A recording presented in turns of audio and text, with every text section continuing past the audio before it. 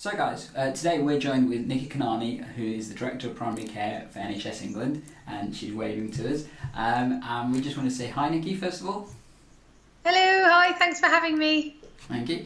And I'm... No. So you're Gandhi and I'm Andy, and you're listening to the eGPlearning Podblast. You can tell we got this down, haven't we? And yeah, so we wanted to speak to Nikki because Nikki's been doing some amazing stuff lately, and particularly in the wake of things like the PCNs coming out and the new GP contract. We wanted to take a small part of her time. We know that you've spoken to a few other people in podcasts and that kind of stuff recently, so particularly Ben Gowland in the General Practice podcast, and Shubz Upadhay in terms of, I mean, that was an awesome podcast that you did with him. I remember listening to that one. I think that was about 2 months ago or so. I think he came to NHS England HQ and had a chat with you, didn't he? Yeah, it was, and we started sort of getting space and time to do a few more podcasts, and I love it. I love the freedom of just being able to talk and explore what's going on in different places, and it helps me think about what's important as well. Yeah, great. Shall we just do a quick shout out to our sponsors? Yeah, so hi to HTN and the news network. So they are the innovative daily news and opinion website for Health Tech Network. And they've been sponsoring us now for a few months, and feel free to check them out, guys. We refer to them quite a lot in terms of all the kind of health tech news and that kind of the new tech things coming out and stuff. So we'll put a link as always to their content and things. And we also wanted to give a quick shout out to the RCGP Bright Ideas competition. So this is currently live at the moment. Great innovative kind of thing where they try and help new GPs or GPs with different kind of innovative ideas to try and make them reality. They'll help sponsor you and that kind of stuff. There is an application process. You do need to go through it, but once you're through and if you're successful, you'll get help trying to fund a new ideas, try and help primary care. Definitely worth having a look at. It's on the RCGP website, and again we'll put the link in the show notes for you guys. Good. And while we're talking about opportunities, we've got an interesting opportunity for GPs who are based near us in the Nottingham area. Both Gandhi and I are involved in the development of a digital GP fellowship scheme. It's an exciting opportunity. We'll have some more details at the end of the podcast, so you have to listen to the end if you're interested in more information about that. Yeah, and you may get Nikki's perspective on whether it's a good idea or not as well when she hears it. Okay. Cool. So as we said, we've got Nikki Kanani, Director of Primary Care for NHS England. Do you want to introduce yourself, Nikki? Because you probably do it far better than we would. Yeah. No, I mean, I think you pretty much got it there. I am a GP in South East London, and I've been Medical Director for Primary Care for about 8, 9 months. So I had the joy of taking on the role in an acting capacity in August last year, and was handed sort of long-term plan, contract negotiations, and now kind of the workforce plan, all kind of with a 5-year sort of mindset and mind frame. And I mean, what a gift to think about what we could really do to support and build on all the fabulous assets of general practice, but make sure that it is supported enough to reflect what the patients and what the population needs in the future. And I think the workforce as well, which I think is why this podcast is so important, because it's really helping us think about what our tech needs are as individuals, as well as what our workforce as a kind of as an entity needs, as well as what the population will be asking for. Because as I say, my kids are not, I've got 2 kids, 7 and 10, and they're not going to be sitting in a waiting room anywhere ever, probably for their care. They will definitely try and access care in different ways, and this is a great way to start to explore that. Yeah, fantastic. Oh, and Nikki, so you now got the very prestigious job and title, Director of Primary Care NHS England. These things rarely happen by accident. Still correct me. Oh, you're still acting? Yeah. Still acting, yeah. I thought. So if I can put in then, just before Andy carries on, you've been acting now for about, I think you said 8 months and so. 8, 9 Why months, don't they just give you the job? Because you're kind of doing it amazingly. I thought I'd heard that you'd been given the job, but obviously I've heard wrong. No, I will suggest to Simon that he needs to watch this podcast now. It's we're going through a process. So NHS England and NHS Improvement have come together as a joint organisation, and now all of jobs at my level will now be advertised and then applied to, and all of that. But in the meantime, I'm just going to keep doing the job and enjoy doing it. Yeah, great. I was going to ask not necessarily technology based question, but leadership based. A lot of our viewers and listeners are interested in leadership. How did you get to the position where you were able to be selected as the acting lead for primary care? How did you get there?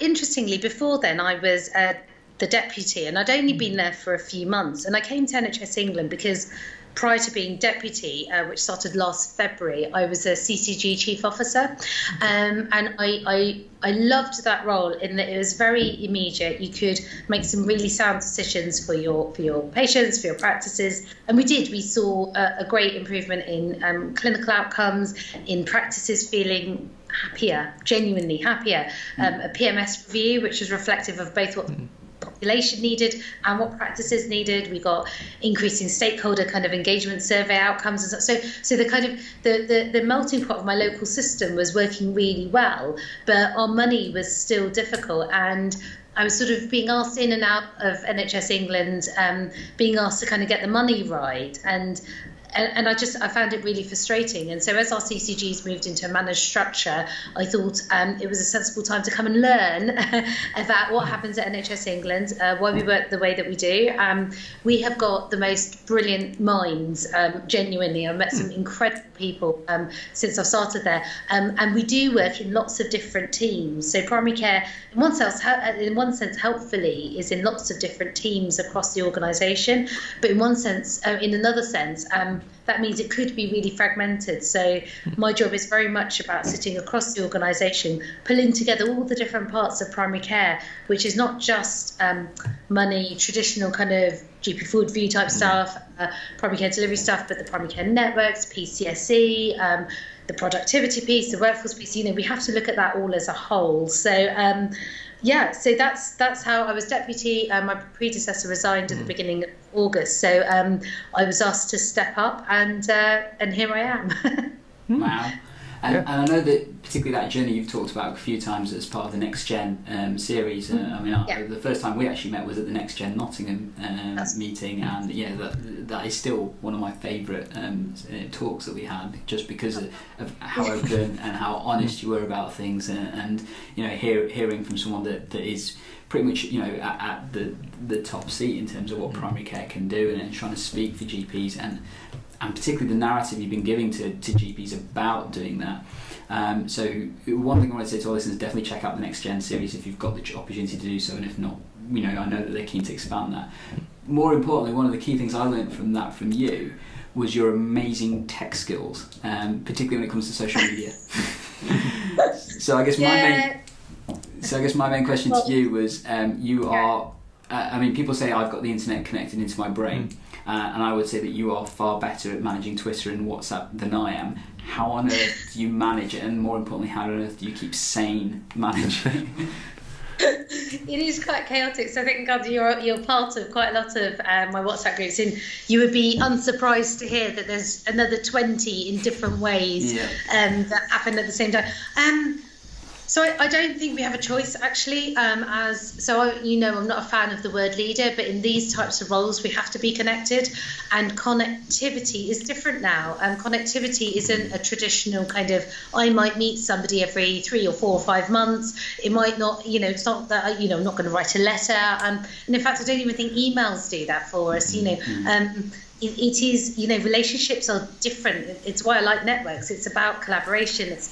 It's relational power and influence, which is the way that the world speaks. And you probably heard me say, if we've got 5 generations of people working in the NHS, generation 1 will work and speak and think and want in a completely different way to generation 5, whichever way around that is.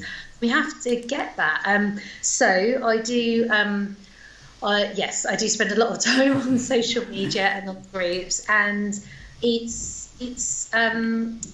does mean that I'm on a lot. So mentally, I think traditionally you talk about work-life balance and you say, this is when I work and this is when I don't. And I think it's why I'm a big fan of flexible working, because actually I will stop halfway through the day and pick up the kids and come home and do bedtime. But then I'll be on in the evenings answering WhatsApps and being on Twitter and all of that. But it does mean that I know what's going on, and it does mean that I can get out to where the issues are in a way that I think it's important. And actually, I think that's the way of the world. It has to be about relationships. Relationships centering around a purpose is the way that we're going to get things to work. And if what's happened before hasn't worked, that's because we've missed that connection.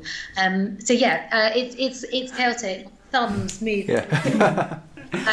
In fact, the greatest compliment, we were letting my son try out WhatsApp because he's got a few friends now on WhatsApp, and he's 10, and he was watching me and he was like, "Mum, I need to learn how to type like you." I was like, "Oh wow!" Yes. Yeah. So you're teaching the younger generation how to use technology already. Yeah, Nikki, can I ask, because so Gandhi's really good at social media, and I kind of know the ropes, but I'm less present on these things. Yeah. And I get where you're coming from in terms of connectivity, absolute requirement for effective leadership. But I worry when I see my WhatsApp group sort of popping up at 11 o'clock on a Sunday night with people posting useful information, and I'm left sort of thinking, is this healthy, the way these people are working, and I'm feeling sucked in? What do you think about that aspect of the connectivity technology? So I think you have to be really careful. When I was the CCG CEO, I had direct line responsibility ultimately for 72 people. It wouldn't have been appropriate for me to be having members of those teams sending emails at 10, 11, 12, whatever. Having said that, one of my directors had severe insomnia, and she would only, she couldn't cope until she could sleep between about 2 and 4. And then I used to, when I became her chief officer, I used to have a real go because she'd email me at 4 o'clock and I'd be, "You can't do this." And she was like, "But Nikki, it helps me because this is the way that I work and I manage." So I think you have to be really mindful about the kinds of behaviours you're engendering, but recognising that actually our workforce is a spectrum, and you will have owls and you will have larks. And if you're a lark and you're seeing everyone doing stuff at owl hours, so it's late and it's not right for you, you mute those conversations and you don't respond to them, and you make sure that they don't that they just don't have an opportunity to get into your head. I think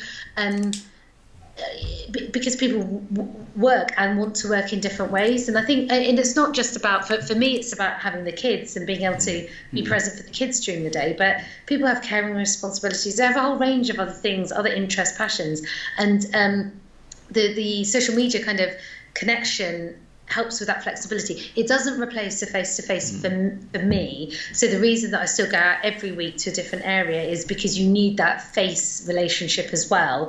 And that sometimes will be, and often will be more important for somebody than being able to message me. But what people can do is kind of go, "Oh, Nikki, I've just heard this, is this right?" And they'll DM me and I'll sort of go, "Oh, no, it isn't." And that's it, done, sorted, move on.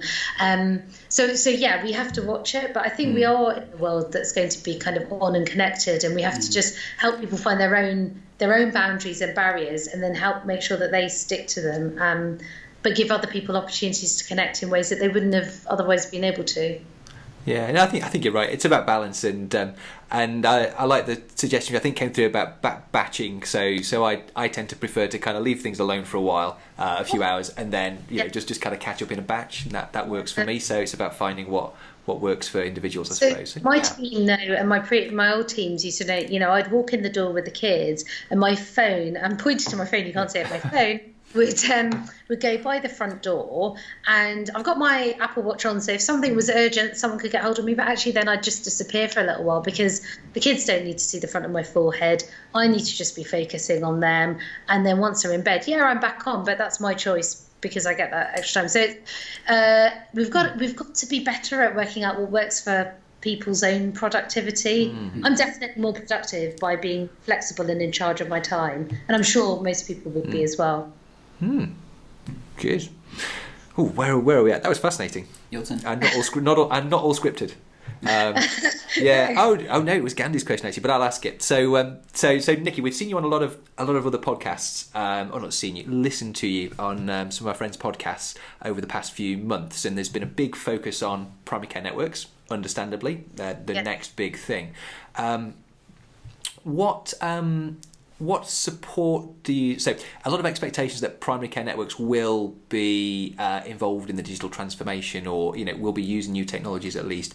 What support do you see potentially coming through to help primary care networks unleash the potential in technology, if you like? So I think there's probably 3 main layers to that. For me, at the moment we're practices are the core building block of a primary care network, which is, and I'll keep saying, is a philosophical way of working rather than an organisation. But right now we're focusing rightly on practices because of the contract, but absolutely need other professionals to make them work. So if we've got those principles in place, actually, if the practice is the core building block at this time, then we have to get the practice tech right first. So I will often get messages about, the cycle of doom, when you're trying to log on as 20 minutes. In my own practice, we have a consultant advice app. I can't connect to it in my own room, in my surgery, so I have to go around to the other bit of the surgery. So, really basic things at a practice level we need to get a grip of, because otherwise we can't allow the PCNs to release their kind of their potential. So there's one bit is a practice bit.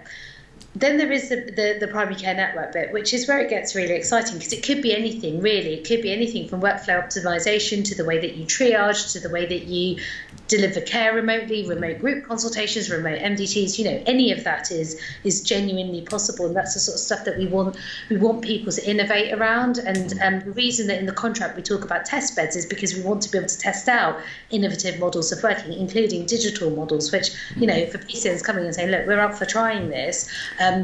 Whether that's remote monitoring of care home patients or something completely different, we want to be open to that. But the third bit of that is the person bit of it, right? Because you can put all the tech that you want in, and you guys know this, but actually if people don't want it or don't get it or kind of are still faxes best, then it's still not going to be embraced. So there is also a person-centered bit of what is the development that PCN as a whole needs to not just help them understand each other and their purpose, but understand the tech potential of their PCN. So they're the sorts of things that we're thinking about right now to make sure that at a regional level and at a local level, PCNs really do get the support that they need. Excellent. Yeah. And I guess with tech comes obviously that other challenge of interoperability, which I think has been the biggest thorn in tech side for the healthcare for many years. Do you see anything coming through to help with that? Because I know we've been waiting for years and it's still not quite good. I know Andy's got some good examples and things. But, the example I was going to give was, and it's about 2 years ago, but I don't think things have moved on since then. I was involved with one of our local federations, NCGPA. Hi guys, I'm sure they often listen to the podcast, so that's great. So we were trying to set up our extended access service for Nottingham, and we've. Right? I think you probably have. I did visit it. Yes. It's actually going very well. But we've got EMIS web practices, and we've got System 1 practices, and it was still a big headache to get access to and read and write access to. Yes. Both the EMIS record and the System 1 record, and actually booking between different systems was really difficult, and we had to bring in a third-party system called Zesty to help practices book on to a shared ledger, so we're still facing these interoperability problems. We keep being told, it'll all be sorted by next April, is what I'm used to hearing. When are we likely to see true interoperability is the question, and how is that going to happen? Next April, Andy. Next April, I thought that would be the answer. No, so we're working on two particular things. I think feel like they've got more traction than previous initiatives. So, you'll remember, and I was definitely involved in MP Fit, and we did the national. Everything will work, and it will be one system and one way of working, and all of that. And the timing was wrong for that for so many reasons. We are currently looking at the GPIT systems of choice. So it's a future IT piece, which were you on that? Were you on to talk about it recently, or I don't think I was. Yeah, okay. I'll make sure that there's a link in the blog or so in the podcast on it. But essentially looking at our current systems and saying, A, are they fit for purpose? And B, do they talk to each other in the right way? So that then when we recommission them, which we do this year, they have to be able to talk to each other. Plus a whole bunch of other stuff that is helpful for us. us as a profession. So I think the IT systems and the IT system providers themselves recognise this, need to be able to offer this as a basic condition. So then the other bit of it, and we've just had the creation of NHSX, a big part of that is how do we make sure that everything that now comes into the NHS has a minimum interoperability kind of guarantee. They have to be able to hit the standard of being able to work with the key systems that are part of, for example, our GP systems, but also across the hospitals. So I think we are going to work our way out of this problem. Not fully by April 2020, for sure, but very practically over the life of this contract, for sure, over the life of the 5 years, saying, let's get our systems better and more fit for purpose, being able to do all of the things that we need them to do, including talk to each other, because we can't ask primary care networks to offer appropriate access for, I can only see yourself. Can you still see me? Yeah. Oh, we can see you. Okay, that's all right then. I can see myself, that's probably a good thing. I don't really know what it's doing now. That's all right, never mind. So we need, if we're asking PCNs to be able to look after each other and work together and look after patients potentially in a different way, they need to be able to have all of that in place. So I think we completely get that. And the interoperability guarantee will help us to do that. Certainly over the next year with the GP systems, and then over the life course of the contract, for sure. Okay. Because I guess with that, you mentioned April, and so April 2020 is when the digital aspect of the new GP contract really kicks off, in particular in terms of digital access and the commitment that every patient should have the ability to have a digital consultation. I believe kicks off from 2020. And video consultation, I guess many people see as a method of that, and there are obviously a variety of different ways of doing that. But I mean, how do you see that moving forward from particularly 2020? Because I know when I've spoken to practices, particularly single-handers, that's their worry. How am I meant to provide that on top of everything else I'm doing? So this year, I mentioned it briefly. We're undertaking an access review, which is looking at the whole of access. I think we've had a number of access initiatives over the past few years, which viewers will be familiar with, whether that's extended access or improving access. Actually, digital access is part of that, right? And what we have to be really careful to do, or not to do, is say access is for those with a smartphone or those who know how to navigate the system.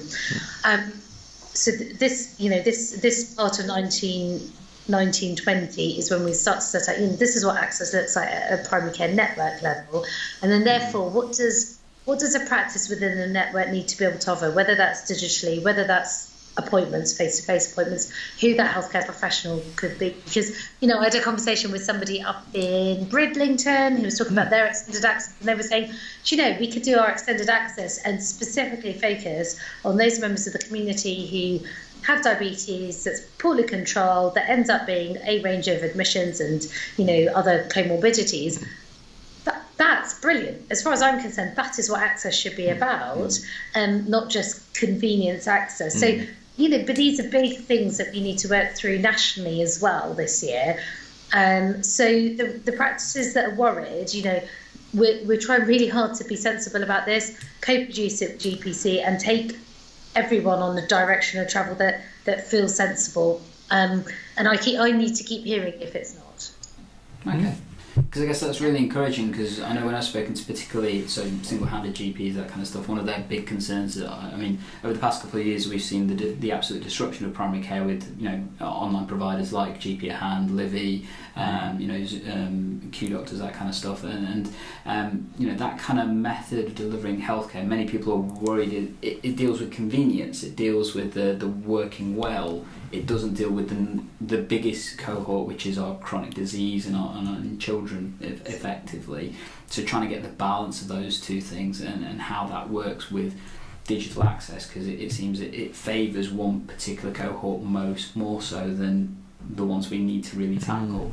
Yeah, which is why we're reviewing the funding arrangements. So, how do we pay people who are looking after people in a different way? But also, how do we look? I'm a fan for the right sort of disruption. We need disruption to help us think about our policies and our incentives and our funding mechanisms and to kind of push us. But at the same time, what I really need to be able to see are blended solutions where geography is the key. So you need to be able to look after a population. Now, a part of a population might want a digital offer at some part of their lives. And we know continuity isn't always, from birth to grave strictly, but it might be somebody who, who has a period of time where they have endometriosis and they need to see, 2 or 3 people for a particular period of time.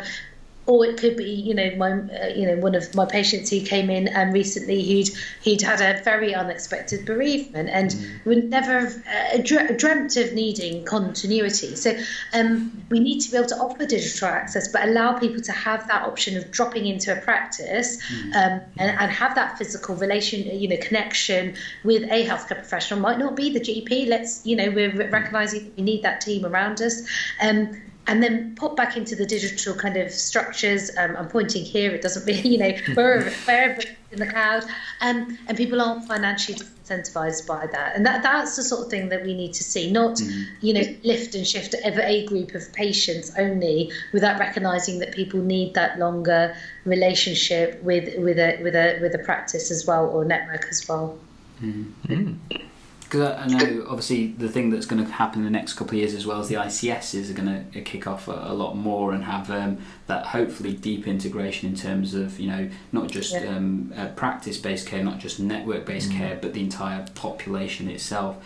And I mean, Andy have talked about it a few times. One of the things I've postulated is that actually, digital access has the opportunity to improve, hospital-based care as well. So rather than you having to go for an outpatient appointment, which you potentially can waste a whole day going over for just to get the parking, get the appointment, wait for it, blah, blah, blah, you could potentially have that in the space of about 20 minutes over a digital consultation, either directly or even actually at the practice itself. So going to your practice to have a video consultation with secondary care with the support of your network or primary care team and that kind of thing. I mean, do you see that as a potential thing that can happen and realistic?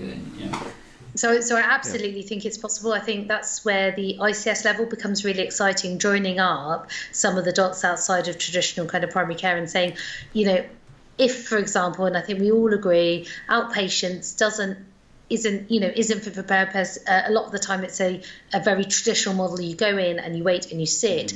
What about that co-consultation? It could be the GP and the endocrinologist, it could be the clinical pharmacist and the endocrinologist, it could be the social prescriber and the endocrinologist, and I think what we need to be able to do is say, actually, let's create that interoperability so that local systems do what local systems need to do for their patients and for their population, and use those assets really well, rather than saying everything has to be face-to-face in a building with all of the resource costs and pain that involves. We have an estates issue, so one of the things I get asked when I talk about primary care networks is, where are we going to house everyone? And I'm sort of saying, the other bit we need to do, and this is all churn at the same time, is look at our estate across a network or across a network of networks and say, how do we use that more sensibly?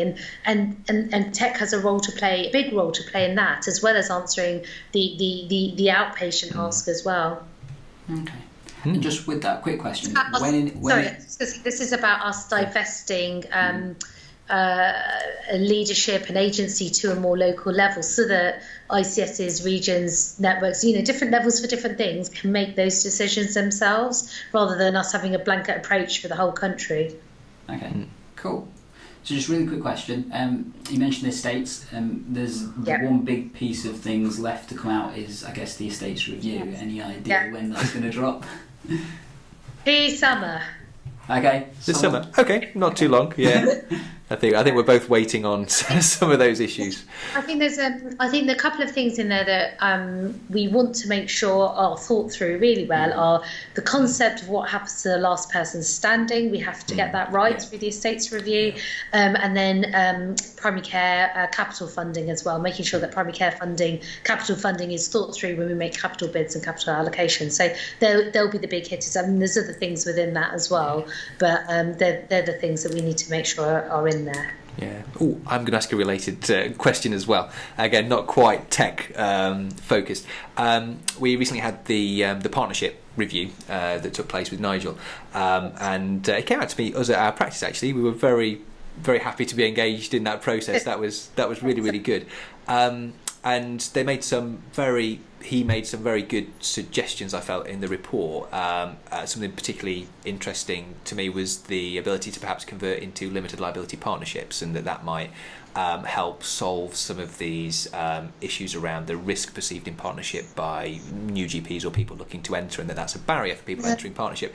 I was just wondering if you see any progress being made on those issues in the near future. It's definitely, yeah. So I think it's definitely one we have to explore and have a really kind of think about the benefits and the risks of that as well, because, you know, in one sense we are moving. So core to the network is the individual practice, and I don't want anyone to ever forget that this is, again, and I know you guys know this, but I'm going to say it anyway. It's not about merging, it's not about super practices, it's about big and small getting the right support and resilience that they need to adapt to the workforce and to the population, right? LLPs have pros and cons within that model, so we do have a team trying to work through some of those, and I think before we kind of fully commit to that or any other partnership, sort of specific partnership, we need to understand that more.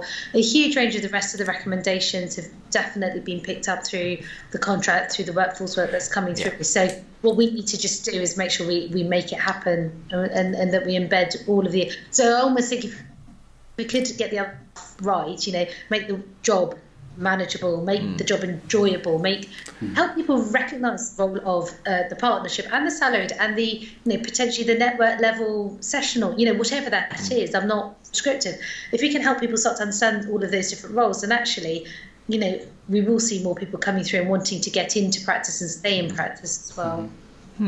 I guess that's quite topical because we're recording this the day after the big news story about, you know, the number of GPs and you know, the workload reviews that have come out and stuff, and you know, it's been interesting watching that story because we've heard both the positives, we've heard quite a bit of negative spin about it as well, but I think one of the key things that's come out is that absolute recognition that general practice is valued, is one of the key things, but also that it's under significant strain at the moment, and you know, hopefully change is coming. You know, love it to come quicker, but as always, that's going to be the case, and particularly for two change makers like ourselves. But you know, it's moving forward, and I guess we're optimistic about what could happen, but mindful of the fact that there's been some serious challenges and still some serious challenges to meet and stuff. And we can't fix it overnight. But I think we are committed to what feels like a marathon, you know, 5 years, but we're committed to that because I personally believe it can work, but I also see the organisation can see it can work, which is why we back the core element as well as the network element. I think it goes back to my earlier point. You know, we know that it's not just the population changing, it's what we see in our day is changing. So we need to be able to have the right healthcare professionals around to support patients in the best way possible, often better than we're going to do, so that we can focus on what we need to. But we can't, you know, and I can't ask us to work any harder or any smarter unless we make sure that it is a tolerable kind of working life. So, you know, there's so much within that. You know, we definitely need more GPs. I'm not going to shy away from that. 5,000, 50,000, not 50. You know, but you know, we absolutely need GPs and you know, general practice nurses. But we need to recruit them. We need to make the job a good job to do and a good place to be, so that people want to come in. And so all of it is part of one continuum for me. We have to get the support in. We have to get it into a better place so that people then will come in, and then people will continue to come in, and then the funding will continue into general practice and primary care way beyond the contract as well. If we can make this work, which I think we can. Yeah, and I think primary care networks perhaps have a role to play in terms of producing the types of jobs and roles and ways of working that sort of the next generation of GPs want. So I think there's an opportunity there as well. So good. Oh, right. So taking it back to technology, Nikki, we've touched on a few different types of technology. Some we haven't touched on yet, like artificial intelligence and, you know, things that are perhaps more in the distant future than video and so forth. What technology are you most excited about in terms of potential impact on primary care in the near, medium or long term? For me, the thing that I think will make a big difference for us is more precision-based medicine. So, and I know that for some that feels far away, but it isn't. So I've, been at quite a few tech roundtables where people can get, quite serious diagnosis. So somebody was talking about their father-in-law being diagnosed with pancreatic cancer, and they sent the biopsy off, and they got the kind of specific markers that show which chemo. You see, I'm losing my techie talk here because I don't know. Yeah. Cool. You can get the right chemotherapy for that, in order to cure people. So for me, and that's wider than downstream. So cancer, we're talking about preventative medicine. We're talking about managing people with long-term conditions with a much more bespoke approach. I think that's going to be exciting, and being able to then do that in primary care with the right type of near-patient testing. We've seen some of the the apps where you can test someone's urine with your app, which sounds wrong because it means, but it isn't. You're not dipping your phone in anything, But and suddenly see how we can be more creative and have the space to be a bit more creative. I was talking to our chief scientific officer about some of the risk predictive tools that are out there, which really think about family histories and help you be much smarter about what the genomic sequence means and of your patient. But again, what we can't do is and I've mentioned this before, had a lady come in with a folder with babies cord blood genomically sequenced and what do you think about this, doctor? And I was like, well, I'm not trained to do it. You had this done privately somewhere else.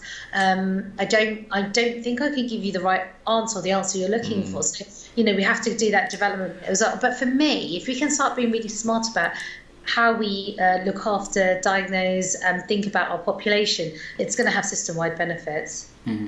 I mean, particularly genomics. I know we've talked about in one of our previous episodes, and we weren't quite. So we sent off a piece of Andy's DNA off. We sent my spit off to 23andMe, and so I had a very interesting experience of personalised advice, and I can really see the potential there. If we can, but we're not ready yet. You're right. There's lots of training and there's capacity issues about dealing with all of these things within general practice. But if I can have a patient sat in front of me and I know how sensitive they will be to certain drugs, are opiates going to work well for this patient? Are they not? And that can be integrated into the clinical system so that I don't have to think too hard about it myself, that there's some checks going on automatically, and perhaps we know about this patient's genetic risk factors for various things, and puts us in a position to give really, really personalised prescribing and personalised lifestyle advice.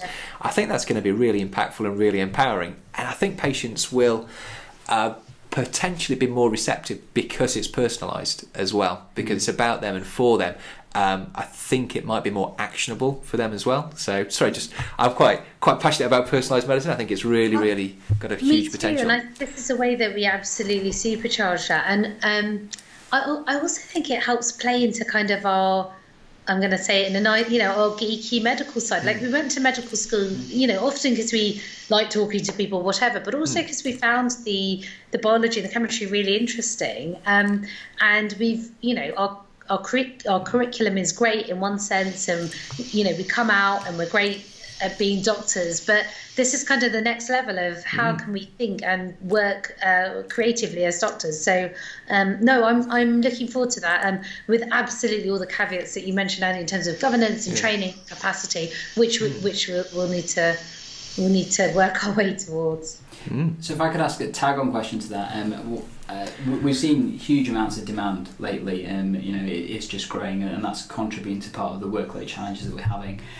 One of the ways I explained it to my trainees is that if you look at the way the NHS was originally designed, it was designed to tell you if you're unwell, and pretty much public nowadays want to know if they're healthy, which is a completely different question.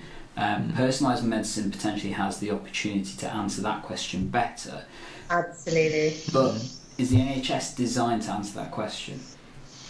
And maybe not. And this is it. But we're seeing a paradigm shift that we wouldn't have expected. We wouldn't have even anticipated in the 40s and 50s. And, that was set out of poverty and a lack of access. And, we've shifted away from that somewhat for lots of reasons, political and non. So, we are, in one sense, we are where we are.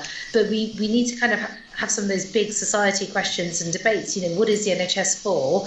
fundamentally, and I think we still have to, it still fundamentally has to be free at the point of need for the people that need it, but but the population is changing. Tech is changing us as much as we're being changed by tech. So I don't think we can, and I know you're not saying this, but I don't think we can afford to ignore that kind of, that I think Helen calls it a tech tsunami, doesn't she? You can't afford to ignore it, because actually it is coming, and we need to decide how we respond to it, and maybe we'll respond to it in different ways in different places, because actually if you have that level of need and you have a place where your active life expectancy is stagnated, you can't afford to ignore that. Maybe tech will help solve some of that too. I think the tools will just be so effective and compelling that I think the NHS will not feel it can do its job without them. That's my feeling.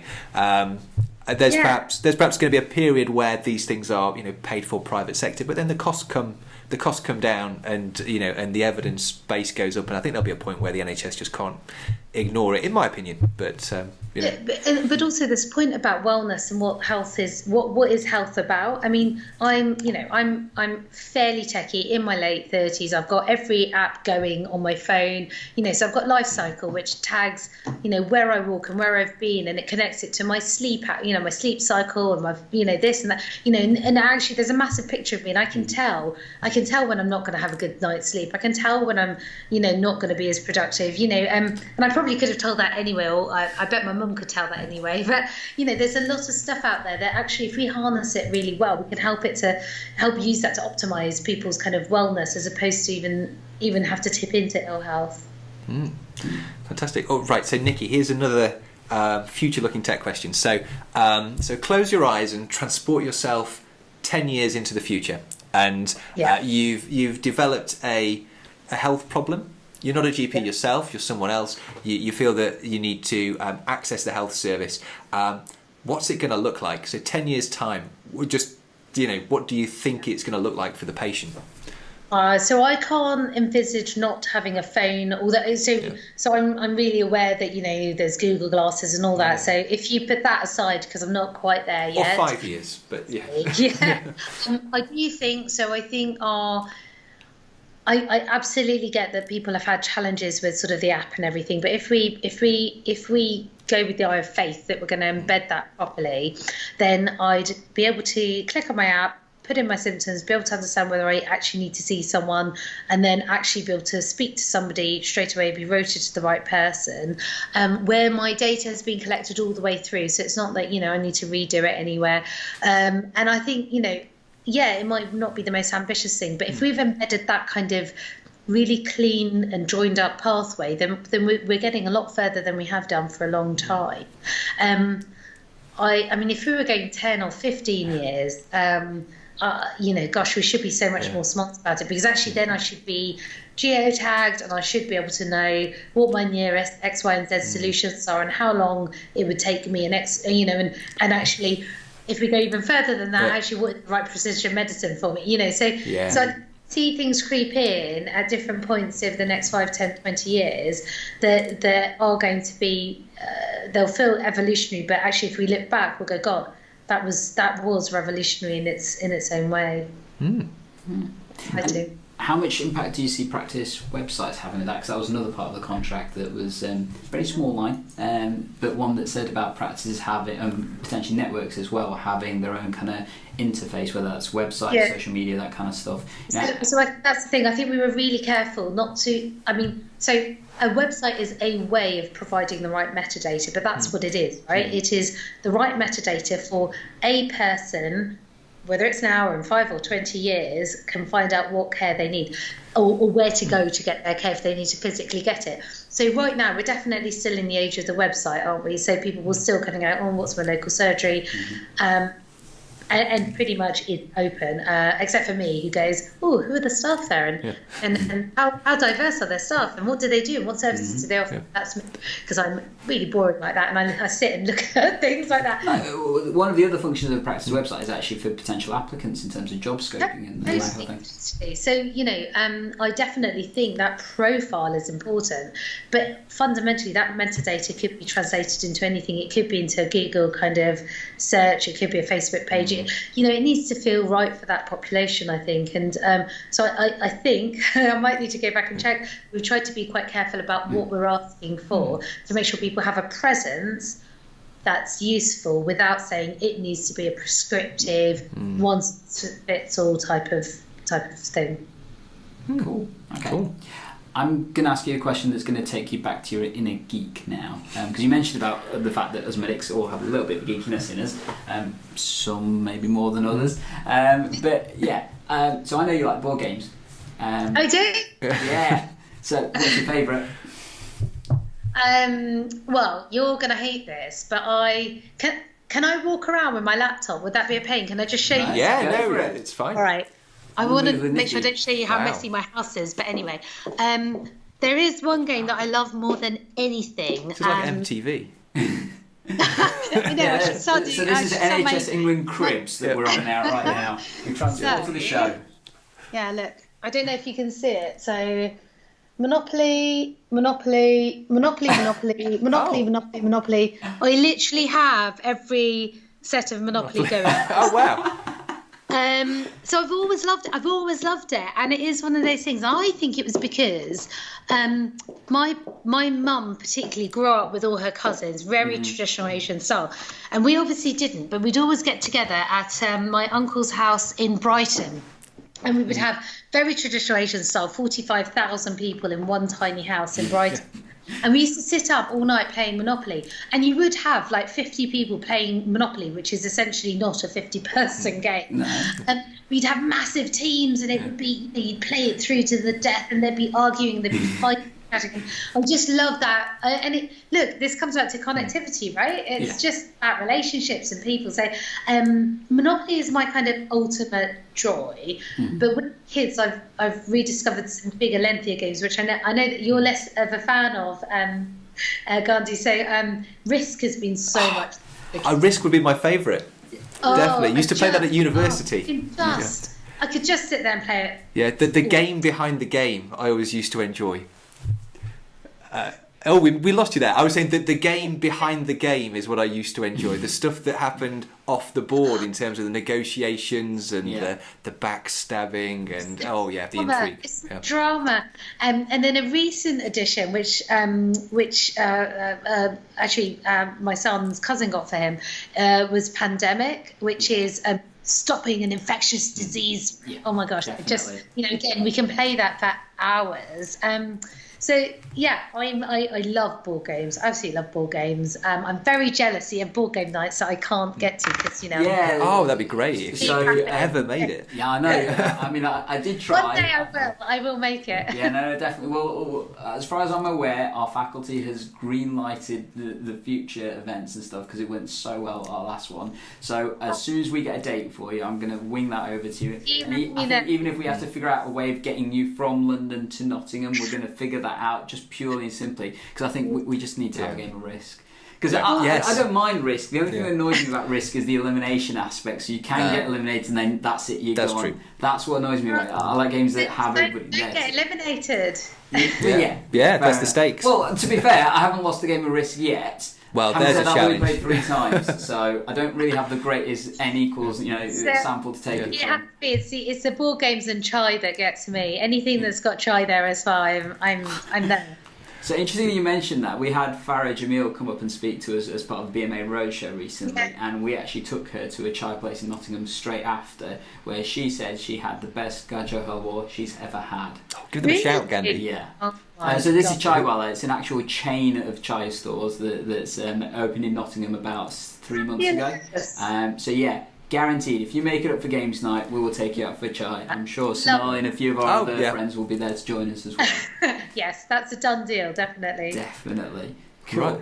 And you're right about Pandemic. Great game. If you look interested, I recommend Pandemic Legacy. So it's the next stage up. You do need a good group of people to play it with because it can take ages. It's not the kind of game you play once. You play it about 12 times and it changes as you go across.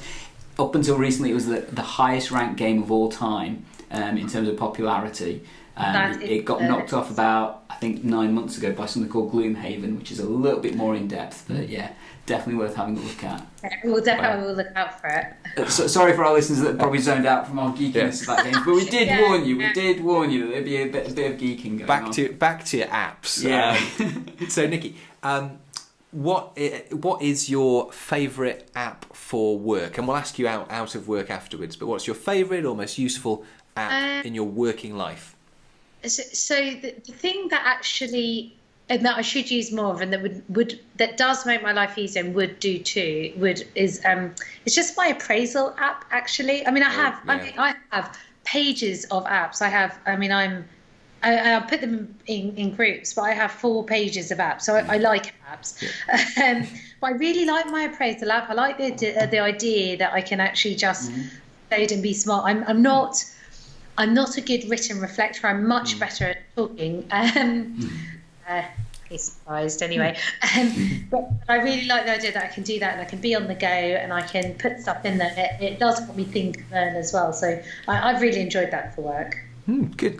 And outside of work, so this can be, games, Audible. I think someone's had before, or book apps. But I love my Audible. I think the thing that makes the biggest difference to me as a person is Upadhay, which is this amazing. It's a mindfulness app. And it's got a wheel and it's got different situations. So my sleep is very up and down, particularly in this role. And it'll be like can't get to sleep or struggling to get to sleep, and you can pick a meditation. But it also has a kids wheel as well, so I can do that with the kids at bedtime. Be nicer to each other, that type of thing. So I really recommend that, and I think it's $4.99. But genuinely, the voice it's beautifully scripted, beautifully read, and I find it's really helps my head. So big shout out for that. I've just started playing Adventure Capitalist with my son. So he has it on his phone. I have mine. Oh my gosh, I'm just investing in all sorts of things. That's fun. I'm slightly worried about the monster I'm creating that he loves it so much. He's like, I'm a billionaire. No, he's like a tetramillionaire. And I'm like, oh my gosh. Wow. If you have kids, by the way, I would just recommend Custodio because it sits across your kids' phones, because we're just trying him out on the device before he goes to secondary school. And I have massive anxiety about doing that. But this, you can monitor what's happening, you have rules, you set it, and we looked at it together and I'm like, oh, you use it for that. Do you think that was good? So Custodio is the other one I'd recommend. I'll stop there. That's a good tip. Wow. Excellent. Some really good tips. For our listeners, we'll put the links to those apps in the show notes if you want to check them out. They're easy to find and stuff. So we've interviewed a few people, and one of our favourite questions is this one. And it's weird because we're asking someone where this potentially could be a reality, and we're going to put a slight disclaimer that your answer is not going to become NHS policy. No policy, I promise. Okay. So imagine you're meeting Matt Hancock tomorrow, which I guess may actually happen on a semi-regular basis anyway. And he says to you, Nikki, you know what, we need to change things. Here's £100 million of NHS budget. The only thing is, I'm going to clear all the red tape for you, but you have to spend it on health tech. What are you going to do with it? Oh, what a gift! What a gift! I'm gonna do one practical one for your viewers, because I can imagine otherwise people will just think I'm mad and go, she doesn't know what she's doing. But we want to hear the mad one as well. Yeah, I'll do the mad one as well. I think I've got mad. I think I've just got something coming into my head that I would love to see. So back to your earlier line of questioning, just making things talk to each other would just be amazing, wouldn't it? Just making sure that your Wi-Fi, we've got great Wi-Fi in our practice, but like I said, I can't connect to the stuff I need to. If we can just make things talk to each other, turn on, be able to just, if we could get our current tech up to scratch, that's fab. That would do the job. That'd be less than 100 million. I know, because we're thinking about how we do that through the contracts and other things. So that's no red tape. Really happy. What I'd really like, which might just feel very uncomfortable, is a genuine kind of ability that we're all on devices of some sort as professionals. If you think about it from a professional angle, I'd like to be I personally would really like to be geotagged to all the systems around me, so that wherever I go, I can link in and I can drop information, grab information. So that might be to do with the practice, but it might be to do with my current role. I'd like to be able to walk and talk and for things to move as quickly as I am. So if I end up if I end up, eating rubbish food somewhere, actually the app could, my phone would tell me, you don't want to do that. But actually, from a work perspective, particularly as you're working in a primary care network, if I came to your practice, Gandhi, presuming I was still in your same network, it would say, oh, by the way, Mrs. Brooks came here on this day, she did this in your neighbour's practice. Oh, that's great, I know that, and I now know her risk scoring for X, Y, and Z as well. So just that kind of fleetness of foot of tech would be amazing. Wow. Let's see. Watch this space. We've definitely not heard that before, and that is definitely blue sky thinking, I think, and quite interesting actually. Quite interesting, yeah. And would everybody be happy with that though? I was just thinking. That's why if you're not happy with it, just listen to my first answer, which is just okay. Cool. I promise I won't say it to Secretary of State. I'd really like the idea of.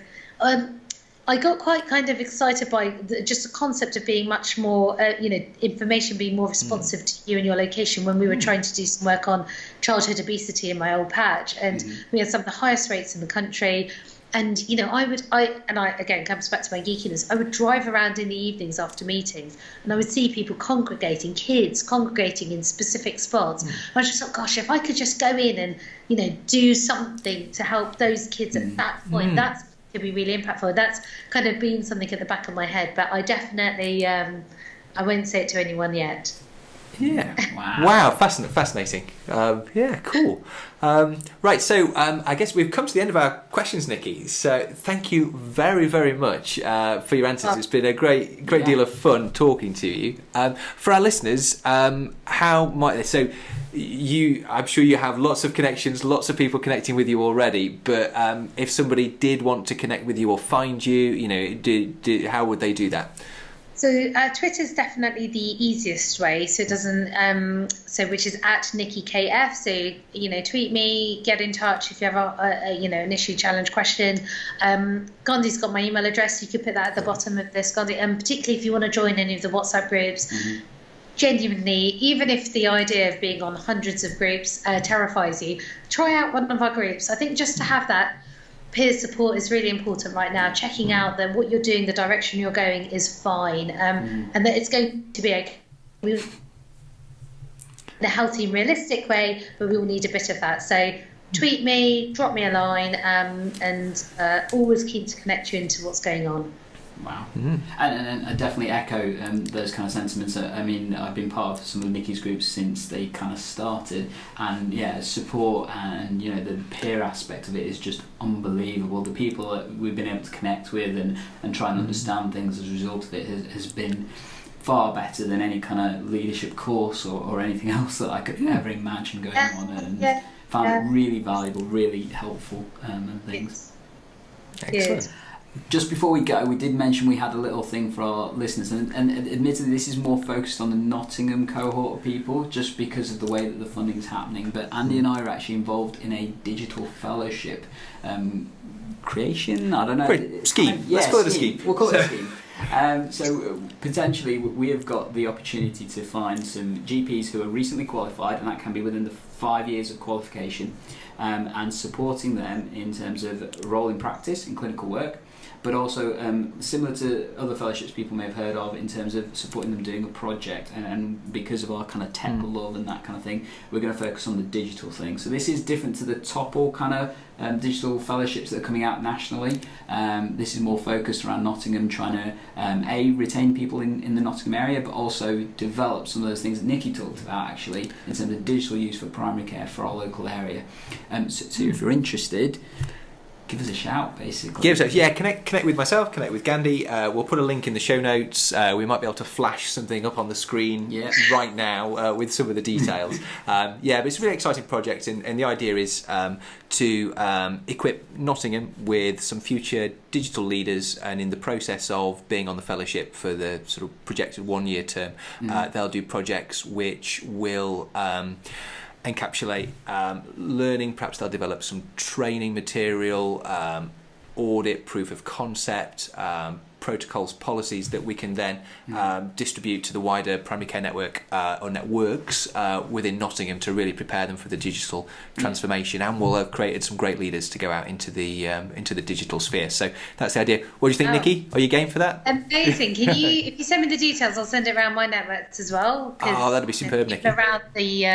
Around the country there, and I reckon if the NHSX folk don't know about this, let's put you in touch with them as well, because this could be a blueprint for digital leadership in the future.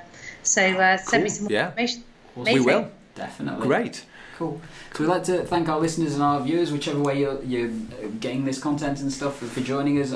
We've really enjoyed speaking with you, Nikki. It's inspirational, it's educational, and it's been fun as well. That board game bit, I'm going to remember that, definitely, in terms of just the enjoyment of geeking out on that for me. Yeah, and it's great to finally see you and talk to you, Nikki. So that's fantastic. Please so do good. that. Yeah. So I guess as always, guys, if you want to follow more of our content, as always, subscribe. We're on iTunes, Google Podcasts, YouTube, Spotify, Stitcher, you name it, we're on it, kind of thing.